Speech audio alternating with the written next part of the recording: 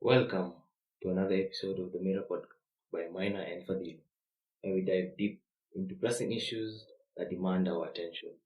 Today, we explore a grave concern that has cast a dark shadow over the lives of many in Kenya: femicide. Join us as we navigate through the legal struggles, accountability challenges, the roles played by dating sites, stigma, criticism, social degradation, parenting roles, the blame game, and the normalization of issues such as femicide. To start off, we go deep into legal struggles and accountability. So, the legal landscape surrounding femicide in Kenya. How effective are the existing laws? What challenges do survivors face in seeking justice?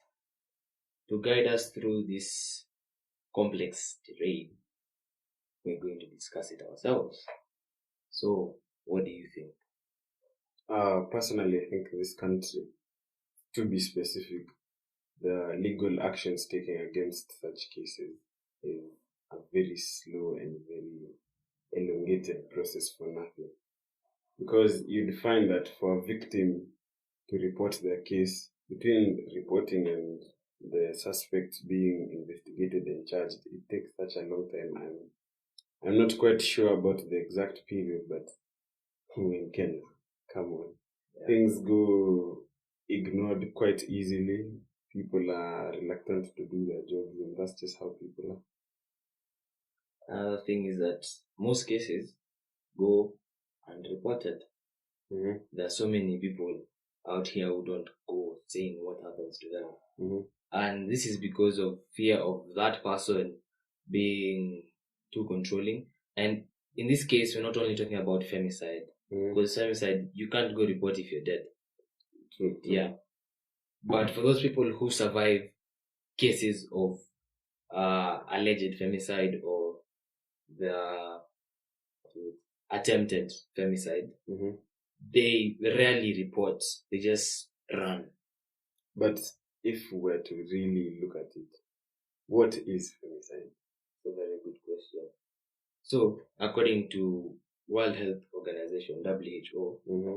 femicide is the killing of a woman or a girl because of her gender, or basically killing of a woman or a girl by a man.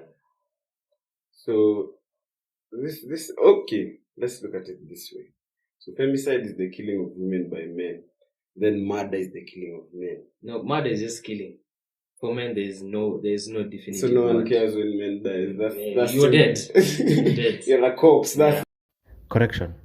There's a term for the killing of men. It is androcide, which is the systematic killing of men and boys because of their gender. Yeah. Personally, I think the word femicide is being used in the wrong perspective. In this case, I also believe so.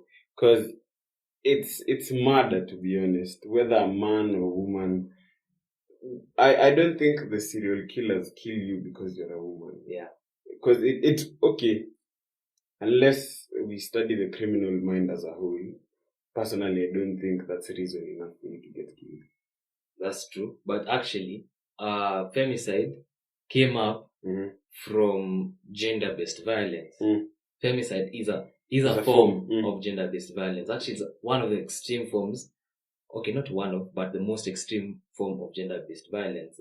So I believe from the definition of femicide, it's based on the understanding of gender-based violence. So if we're talking in the sense that it's gender-based violence, femicide, with the understanding of the meaning from WHO, it does make sense. However, in the cases of one like Rita Waeni, the one that was killed in Roysambu, it doesn't make sense. Yeah. Along Terrain Road. Yeah. So, I don't think that was femicide. I don't think even the previous case of Starlet was femicide. However, it is very rigid. It's a disgusting affair, if you ask me personally. Like, it's just... These are serial killers walking around. This is inhumane, if you ask me. Yeah. Pure psychopaths, actually. Back to the legal struggles. Yeah. There are also people who suffer and don't report because maybe, let's say, there's a daughter whose father abused her. Then the mother will not liaise with the daughter to report the case so that she saves her marriage. Or even the wife or the daughter are put in a situation where they cannot even report such issues. Why? Because so much is at risk for them, they find it okay to not report. That's also another point. Another thing is that from all this, it brings up the question of human rights. Mm-hmm. What is a level of human rights? Like, what is the extent? And actually, what are human rights? Because in such a case, Mm-hmm. when you decide to call it femicide, Mm-hmm. you're now bringing it into a man. I think it's like bringing it into man versus woman perspective. Exactly. So you're making it sound like it's one gender against the other. Mm-hmm. However, I don't believe it's like that. I believe that these are cases where, yes, they're instigated by men. Mm-hmm. However, these men, it's not that they are there to kill them because they're women, but because they have issues internally. Yeah. Either ritualistic or psychopathic or any other form. I was talking to a good friend of mine and they were saying most of these issues come up from underlying issues, maybe problems in the home, in the marriage, the relations. It's not that you just wake up and kill someone. You can't just decide to, so today is the day of your death. No. Okay, there are people, psychopaths like that. But we're looking at a bigger generalization of people. Yeah. So he told me that what mainly happens is this is as a last resort. It's like when you've been building up on negativity and then it just gets to a point you do not know what to do. Because you'll find that in most cases, even the victims of alleged murder, when they're interviewed in prisons, they say they did it out of murder. It's not that they were out of anger, sorry. Not that they wanted to do so. It's just that the emotions and all that was going on just overwhelmed them once and things happened. You'll find that once you talk to those people, even when you read the interviews or see the videos on the news, you listen to their stories and you're like, okay, this person, it just happened in a flick of a moment once and then they just killed someone. Yeah. Actually, I believe that they were just acting and looking for a surrogate to fit in the perspective or the idea of the person that hurt them first. So it's not that the person who was killed had anything wrong. They just had the characteristics or the likeness of the person that had hurt the initial instigator. And this is actually a study that is done by a lot of criminologists or psychologists in the criminal field. You tend to find that most murders that people commit and they have no direct relation to the victim. It's just that they were using that victim as a surrogate of an issue they were holding back, just like you've said. So to simplify the word, it's like projecting your issues on someone else. Yeah, basically. Okay. Let's leave that at that. It will be open for further discussions later on. Let's take up a different path and tackle the role of dating sites and the current chase of the soft life, as it is called by youth and teenagers. Of late, you'd find that there's a trend for people wanting to live lavishly, to live the soft, good life. So you find people chasing money, chasing status, chasing people with money, which is one of the things that lures people to actually get killed. You are incentivized by money, you are told we give you this, that, they give you promises, whether true or false, that they'll do things for you, they'll take you places. And And this commonly, I'm not saying it does not affect the boy child, but it commonly affects the girl child. They are put in situations where they are triggered to want more. Even what society pushes upon from social media to them is to want a good life, to live lavishly, to want to be in big places. Even their friends, you find your friends taking snaps in big places, so you wonder, will I be left doing nothing? So even you find yourself tending to want to be on the more lavish side of life. Yeah. And another thing is, even though it also affects men or boys, it affects them differently, because you'll go looking for a sugar mommy, for lack of a better word. Yeah. And when you do, they're not planning to kill you. Yeah. They're planning to use you, Yeah. either your body or whatever their preference is. It's like a transactional exchange. Exactly. And when you refuse, they're not going to kill you. They're just going to threaten you. And most times, these sugar mummies you're looking for are parents. So they wouldn't think of murder as a first thought. First choice. Yeah. So, not to say that men won't be killed by the people they go looking for a way out or a simple life out of. However, it's more likely that women will suffer more tragic events. Doesn't have to be death. They could be used and they don't get the money. They could be in a situation where they let themselves go, give out the body, for example, and the person they're leaving the body to uses them to the fullest of his satisfaction and decides that that's it. Because there are situations that things like that happen. And there was a time I was reading, this was like about mid last year, of a case in Naivasha of a few ladies that were told by an older lady that there's a man in Naivasha who's willing to spend a shit ton of money on girls as long as they go and they have fun, quote unquote.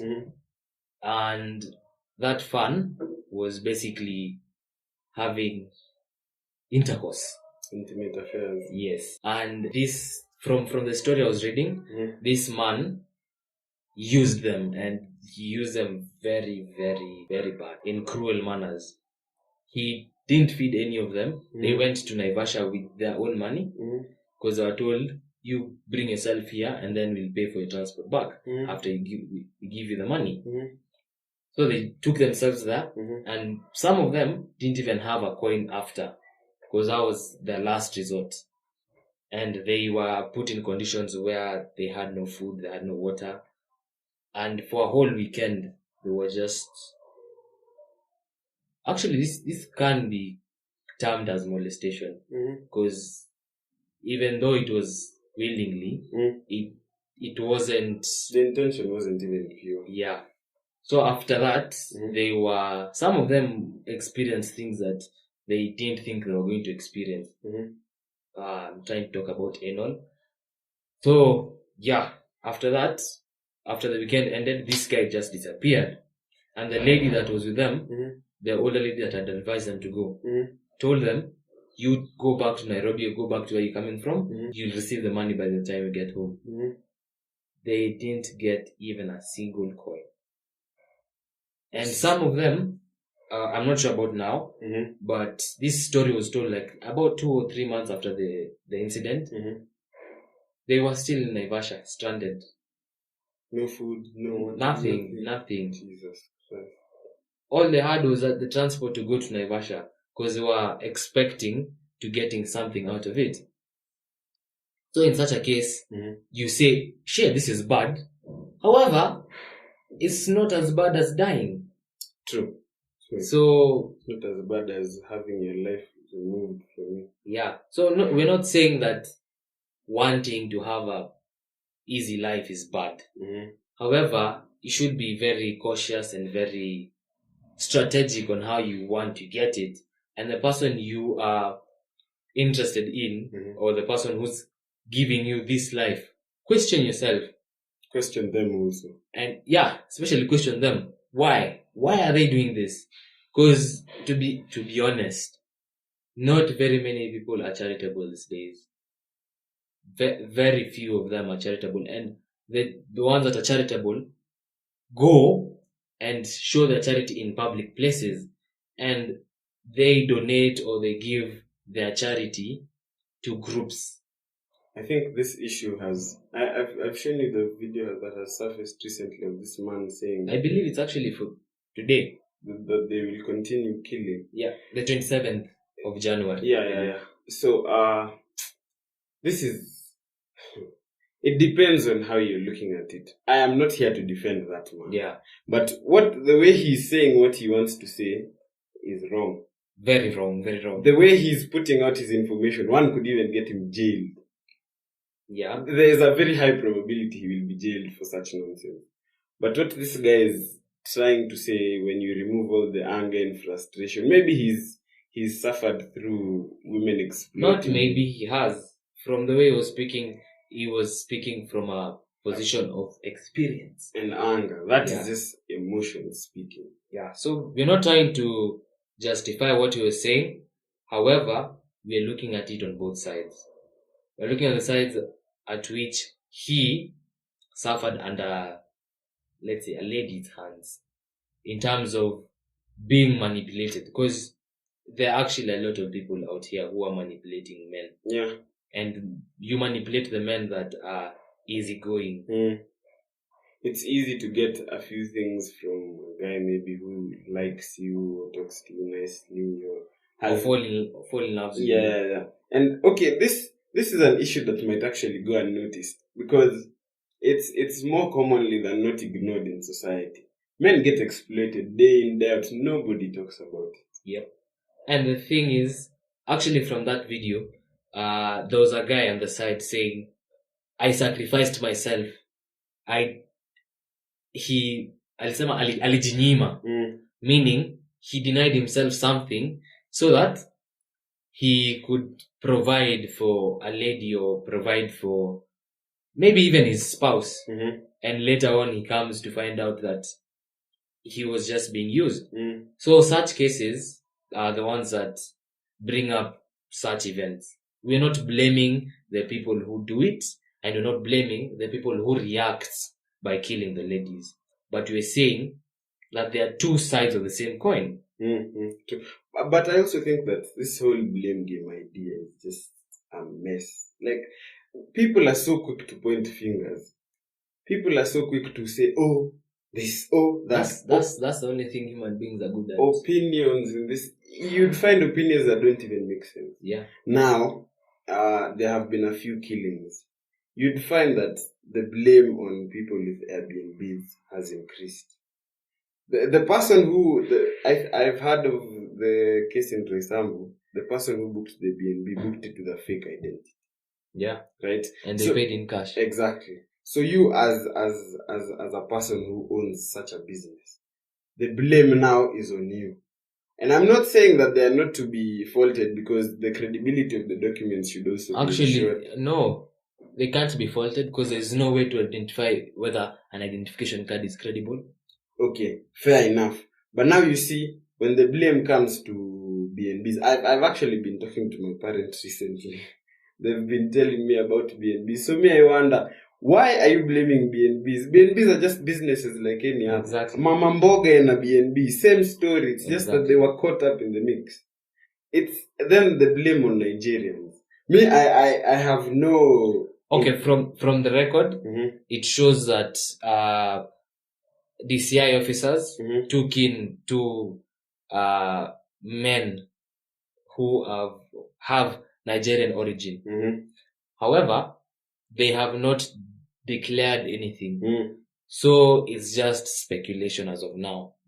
And I do know their names from record. However, I am not in a position to speak of that directly because I would just be spreading rumors. Yeah. You go on Twitter right now, the backlash on Nigerians is crazy. You don't even know what happened. You just heard and now your opinions, and you want everyone to know what you know, believe what you believe. The thing is, when you get angry, or when a human being gets angry, you tend to forget reason and you just dive into blaming something, whether yourself or other people, but you just find a way to channel that anger directly to someone else, most likely. So here what Kenyans are doing, and not all Kenyans, I'm just saying quite a some, are putting the blame on Nigerians and are saying that this was ritualistic. Yes, the lady who was murdered along TRM Road was dismembered. Yeah. But it does not mean it was ritualistic. However, I cannot say it was not, because I was not part of it, and the perpetrators of this thing have not said that it was ritualistic. For whatever reason they did it, they have not come forward, and they might not have been caught. For all we know. Exactly, because there is no direct statement from them to declare themselves guilty, or the records from DCI or Kenya Police showing that they are guilty. So right now we are sitting ducks. We want rumors. However, the government is doing its thing, and like we said earlier on laws, I believe there are a few things that should have been done. That should be done in order to improve the way we handle these things as a country. And one of them should be the creation of a program for advocacy, for people to be able to speak up about these things. Because once you create enough awareness, it would help people to come to terms with the things that have happened to them and be able to grow in life afterwards. Because people who survive such events become traumatized to a point where they get into depression and they cannot do anything else in their life. However, if you create awareness and you give them programs where they can come and have a social interaction with people, whether support system in a way. Whether they have gone through the same thing or not, if the people are able to help them come to terms with the things that happened to them, it's better. Another thing is that the government can put or can enable the police force in our country to have the appropriate education and strategies to deal with such events. Because, not to speak ill of our police force, but we do not have a police force that can handle so many things other than violence, other than direct violence. They are taught to de-escalate events or scenarios by tear gassing people or use of force or flying bullets around. However, there are so many other different ways you can de-escalate an event. And if there are enough let's say psychologists in the department, they can learn how to de-escalate an event, especially one that has people such as these ones. Because to be honest, these are mentally insane people. They have mental issues. People who go ahead and kill people and they say, I killed them because they are women. That person is a psychopath. Outside. A psychopath.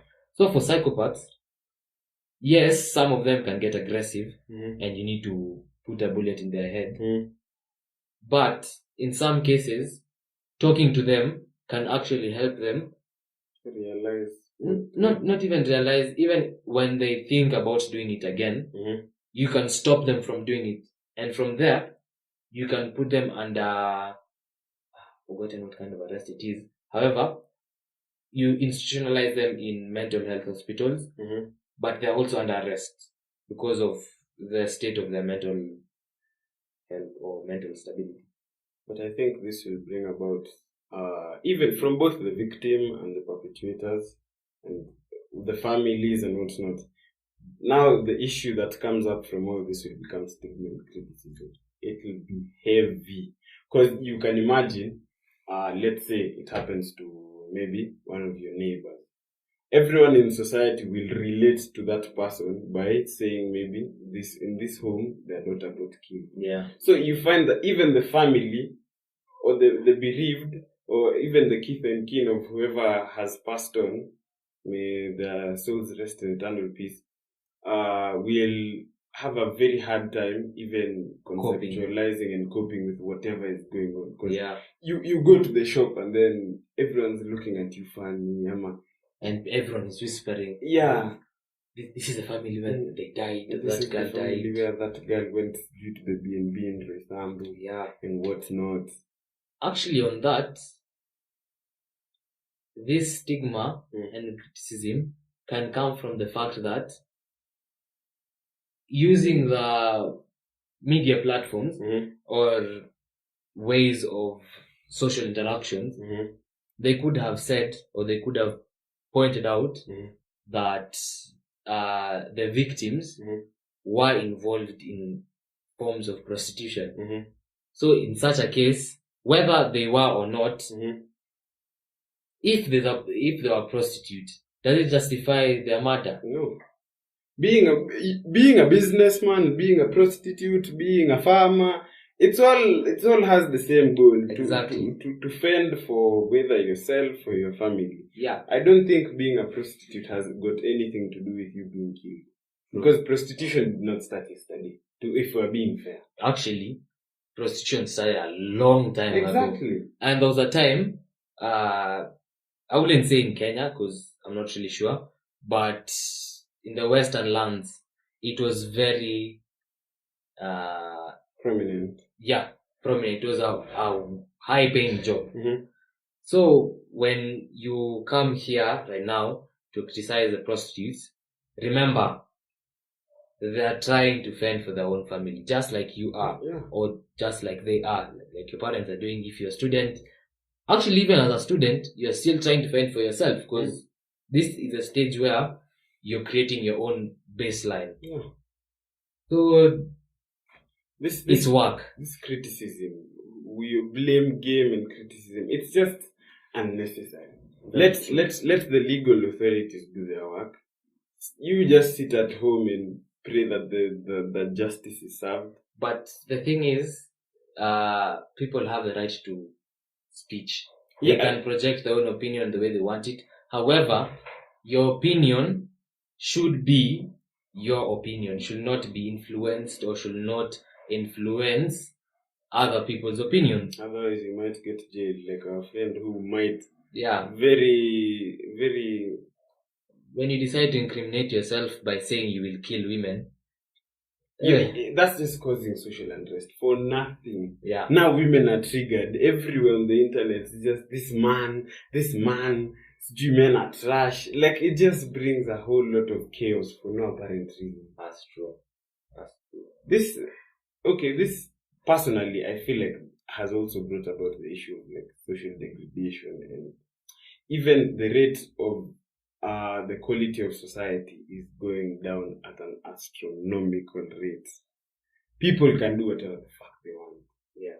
And your neighbor will just be like, it's not my life. That has nothing to do with me. Yeah. That has nothing to do with how I operate. That does not affect me. Which, I don't know. It's putting us in a very difficult situation, because now let me get out of topic a bit. A while back, a friend of mine had their vehicle broken into, and they lost a few of their property. It's not that there were no people there. True. But you'd find even the people who are there were just not concerned. They just said, this is not our problem. This is not something we should care about. That's actually a big problem, because that's how things are happening these days. Because to bring back to this topic of femicide, Mm-hmm. This lady who was dismembered on TRM Road, Mm-hmm. she was found by a guard. Mm-hmm. It does in a dustbin. Mm-hmm. That dustbin was located at the bottom of the stairs, like at the very last step. Mm-hmm. However, this place has people. Mm-hmm. This place has residents. Mm-hmm. And you can't tell me, first of all, it was on a Sunday. Mm-hmm. So if there were any residents that were going to work, there wouldn't be that many, first of all. Mm-hmm. And if there were any, they would have noticed something fishy, because You came in two, you left one. Yeah. Where is the other one? and it's not even about when they went in, Mm-hmm. about when the body was dumped there. Mm-hmm. How did no one else really notice that there was a body inside there? Because the guard said he noticed blood, and he noticed there was a white sheet in the dustbin. Those are two things that should trigger someone to know that there is a problem here. First of all, why is there a white sheet in a bin bag? Mm-hmm. But maybe no one else noticed, because I don't know what happened there. Maybe there was no one else around, so no one else saw it. Mm-hmm. However, society has become a very dark place. Right now, we're basically in the dark ages once again. Because so many things happen. Let me even give another example. Mm-hmm. An example of a pickpocket. Mm-hmm. We're walking in town. Mm-hmm. Town is a very busy place. Mm-hmm. People are everywhere. Mm-hmm. However, people get pickpocketed, people get harassed and stolen from in town. In broad daylight. Yeah. And no one acts like they've seen it. I still wonder to date, how does someone go ahead and pickpocket another person without anyone else noticing? It's okay, some of them, they might be professional at it. Mm-hmm. However, wouldn't you notice if I was walking and you are behind me and someone walks close by to me and puts their hand in my pocket? I would. Then would you come and tell me something like that has happened? Personally, now I want to tackle this issue. So there's this time in town, let me just divert from the story. Yeah. There's this guy, we were walking with my mom. There's this guy who came and asked me for directions. Yeah. So I gave him the directions. I mean, I'm let's just say I'm a friendly person. I don't mind being of service to other people. Yeah. So then afterwards, my mom is like, stop doing that. You don't know who he is. You don't know what his intentions are. He might be dragging you and kidnapping you. And I'm like, okay, fine, but should the evil that is present in society stop the good? It shouldn't. However, in such a case, you're just supposed to be cautious about it, because currently there are different ways of dragging someone and making them lose sense of reason or even pass out. Some of the ones that I've seen are such as use of chloroform, I believe. Yeah, they touch you with it. Just like, you see when you pass by someone in town and they brush their hand up against yours, where once it gets a hold of your skin, it just seeps into your body and you lose consciousness. Or in serious cases, you lose consciousness and you are unable to think properly. You're unable to work on your own. That's one thing. Another thing is another one that I'm not sure what chemical they use, but there's one where it's a capsule that's put in the mouth, and when they start speaking and you breathe it in, it really just takes you out. It just makes you unaware of what's going on. You become a sheep. Like, you will do everything he says. Literally. Yes. And these I got from someone I know, and they had gone through that. It's not like it was rumors. Someone who went and cleared the M-Pesa account, and that person did not know what they were doing. So you come to later on realize that. Yeah, later on, like 3 or 4 hours later. Jesus. So, yes, the evil should not take away the good. However, in such a case, you're supposed to be cautious. Because I also do that. People stop me and then we talk. However, I make sure I don't touch them. And when they come to say hi, I don't greet them by hand. I just wave or just answer the salutation by mouth. And other than that, what I do personally is when they start speaking, I hold my breath for a second. So just in case there's something they're trying to pass by, goes with the wind. By then I rarely speak to anyone if it's not like an open place. Exactly. You can't just find me somewhere and then you're like, hey, come, I talk to you for a second. Nah. And then there's this other thing. I'm not sure if it's still being done to date. However, for like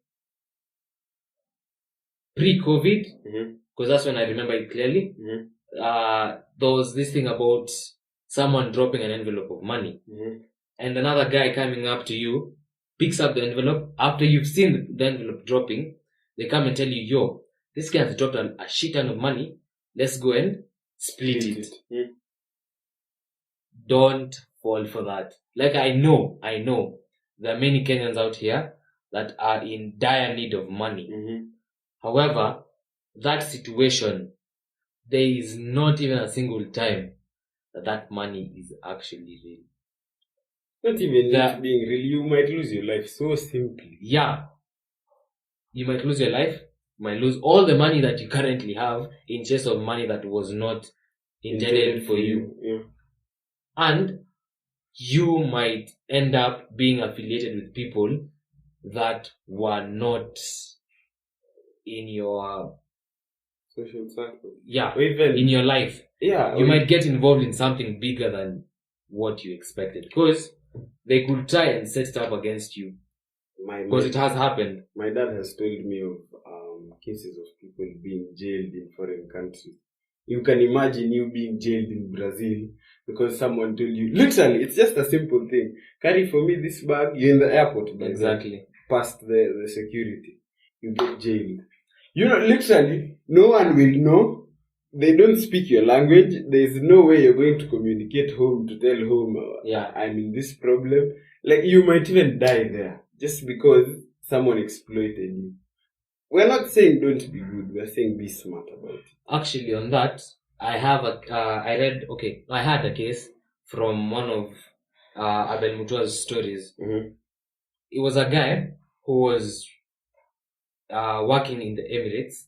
I don't want to say where clearly, but he had come back to Kenya to visit his family. As he was in Kenya, someone from the Emirates calls him and tells him, I have a friend who wants to get his shoes from his family. And this guy was like, I have no problem, I can bring the shoes. And then he tells him again, it's shoes and his driving license. So he's like, okay, that's fine. So when the shoes come, he's cautious. He's like, yo, let me check what's in these shoes. So he goes up and opens the shoes, because the shoes were huge. Like, they were huge shoes. No one would wear these shoes. Okay, there are people who would wear these shoes, but these are extremely huge shoes. Then he put his hand through, and he got to a point. He got to the end before he got to the end of the shoe. So he meant that there was a part there that was filled with something. When he took it out, he found that someone had rolled wheat and stuffed it inside there. And this guy was actually going to the airport the following day.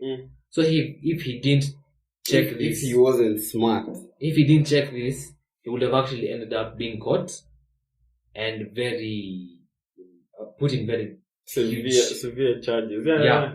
So such cases. And back to social degradation. I'd honestly advise people to care for your neighbor. And neighbor, I don't mean the person living next to you. I mean like the Christian form of neighbor, a person in need. And they don't actually need to be in dire need or need that you can see. There are some cases where you don't really know what someone's going through, but they ask for help. If you can, go ahead and help. However, because we're living in a world where evils are many. But the world right now is a very opportunistic place. Anyone can do anything. Evils are many. So protect yourself, but don't fail to help. So, taking care of your neighbor. There are cases where your neighbor has a problem, you don't see it. And the problem might be severe, something that even you can't handle. You should find a way to help them, whether directly or indirectly. And if you're not able to help them, take it ahead to the person who's capable of helping. Might be a parent, might be a social worker, might be someone of authority in one way or another that is able to help in such a case. Now, still somehow on social degradation, there was this thing in the past that was social parenting. Or communal parenting. Yeah, communal parenting. To bring it into perspective. Where you would have your neighbor around, and it actually used to happen when I was young, so it's not that long ago. Your neighbor would actually correct you for something that you've done wrong. Your neighbor would parent you. Actually, yeah. Correcting, I don't mean like, oh, don't do that again. Correcting using whips. Your neighbor would literally destroy your body. Properly. So that you understand the difference between right and wrong. I think even the societal standard for what is right and wrong was so high at that time. And it was good. Like literally, society was such a good place to live in back then. And it was safe. Actually, I won't lie. Like this day, I still walk around at night. However, back then, bro, we could leave the door open during the day and would know. If someone came in, who were they, what they wanted, you would know. Literally, when I was young, you would even fear people seeing you in the wrong. Because if they tell your parents, bro, you're going to have your ass handed to you, whooped properly. So you see, right now, we lack that sense of communal parenting. So, like right now, honestly, I would even speak about myself. Where I live, I don't know my neighbors. I honestly don't. Like, we can actually just go by each other. All I'd say is hi. Yeah, just because maybe you've seen their face somewhere. Yeah. And even when we meet on the stairs, I just say hi. There's nothing much. However, for me, if I would to meet their child doing something wrong, I'd be like, yo, don't do that. But I wouldn't like enforce it. I wouldn't be like, yo, don't do this. This is so wrong. I'll just be like, just don't do that. That's not right. And if they decide to listen, it's their choice. If they don't, I'm not the parent. So that's, you see, this concept is the same thing that's happening to everyone. Yeah. You're just like, it's not my problem. Yeah, it's not my issue. It's not my problem. Don't have to care. However, we are social beings. Your problem will eventually become my problem. Yeah. One way or another. Yeah. If you're closely related or we are in close interaction, your problem will end up being my problem. And the thing is, when it does, it might be too big for both of us to handle.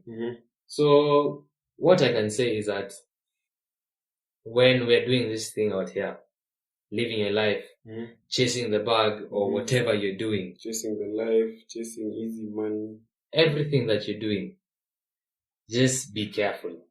Just very, very careful. Because as we can clearly see, shit is going bad. And actually, a good friend of mine has advised a few of my female friends. He literally had to sit them down and tell them, do not chase these pleasures of life aimlessly. You do not know the motives of whoever's giving you these pleasures of life. The money that you're getting from, I do not know, you don't know where it has come from, what they had to do for that money, and what they're willing to do to get it back. That's true. You do not, there's so many things you don't know. You'd rather stay at home in peace than let us see you on the news tomorrow. Yeah. Because right now you can say, oh, it's not me, but what if it happens to someone close to you? And it doesn't have to happen to someone close to you for you to be smart about it. Yeah. Whatever has happened by now should have raised awareness and raised wisdom in you. And the thing is, right now, it's just because people are making you aware of it. There's been statistics that's been carried out by a group called FIDA. FIDA is Federation of Women Lawyers in Kenya.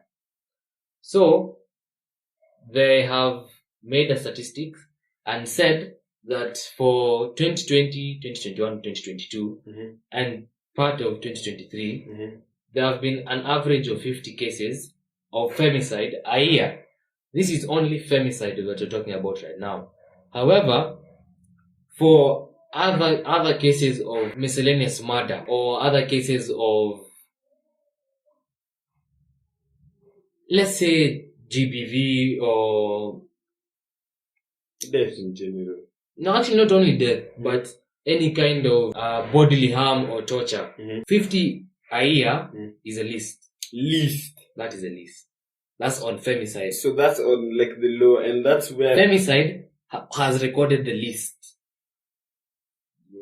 That's crazy. The other things are recording numbers that are shitting high.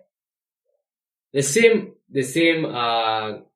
FIDA in association with another group called Africa Data Hub have said that there are over 500 cases since 2016 to date. 500 plus. 500 are the ones that they have recorded. Cases that have not been recorded, because there are a lot of cases that have not been recorded. There are cases where someone dies and their body is disposed of and you never hear of them again. And it's not one, it's not two. The thing is, yes, our country isn't that big. Okay, it is sizable, but there are so many different places that have not been explored. There are forests. You know, back in the day, I'll give an example of my tradition.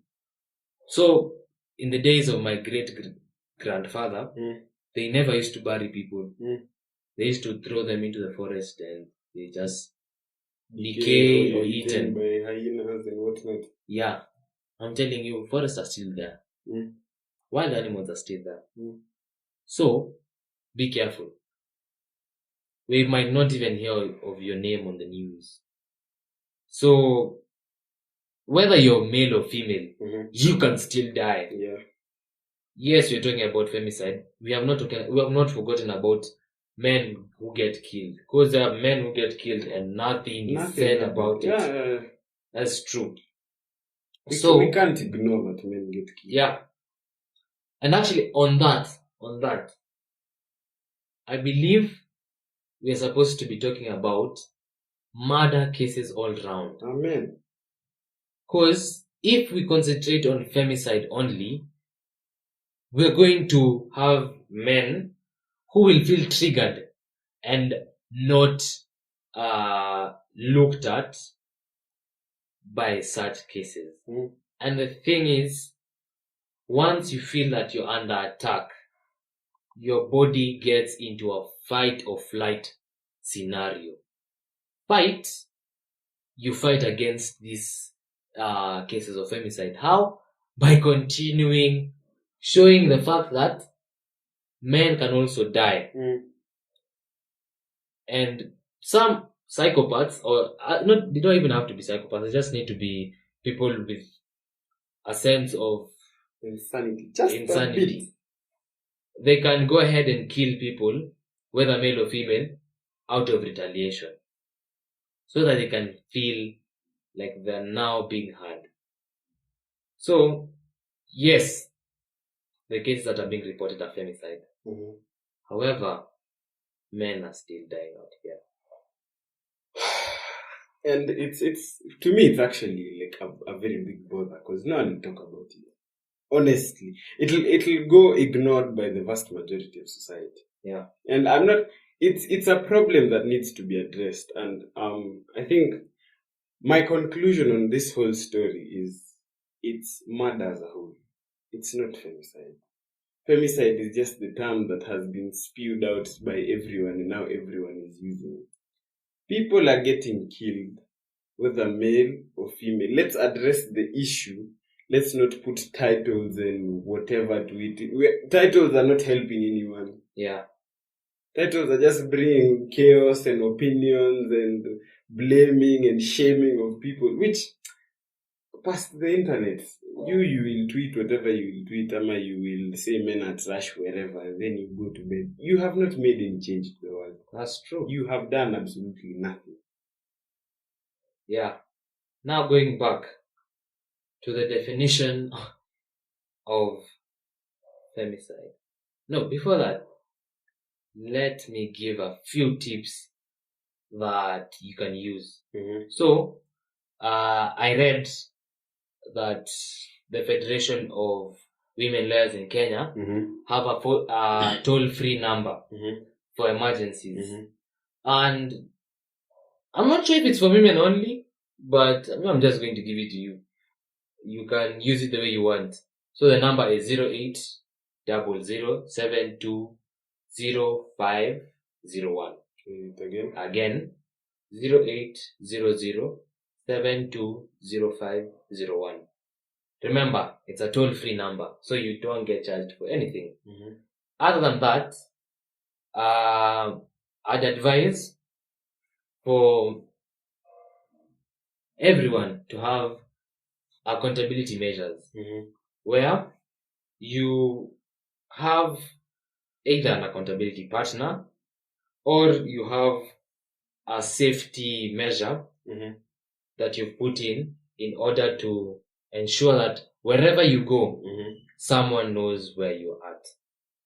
I'm telling you, even though you're going to cheat, like, to be honest, that's one of the things that people hide.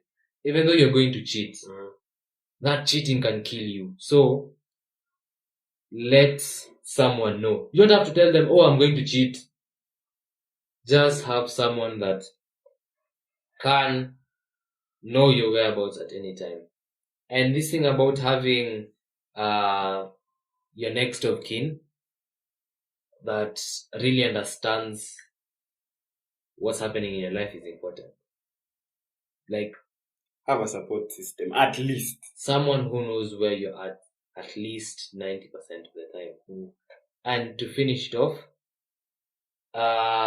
we go back to the meaning of femicide. Femicide, according to WHO, is the killing of a woman or a girl because of her gender, or basically killing a woman or a girl by a man. From what we have discussed today, from what you have seen on the news or what you have read wherever, do you believe this is femicide? Do you believe it's not? That's a question of the week or the month or never. Contemplate. I'd actually really like to hear your views on this as our audience. It helps us bring certain issues to a larger scale of community. Yeah. We're at a position where we can make certain things more hard in society, so we'd like to help out. And with this, we'd like to conclude. Thank you for joining us on the Mirror Podcast. If you found this episode insightful, don't forget to share with your social network, friends, family, relatives, whoever, just people who are close to you. And together we can make a difference. Until next time, I am your host, Mina. And Fadili.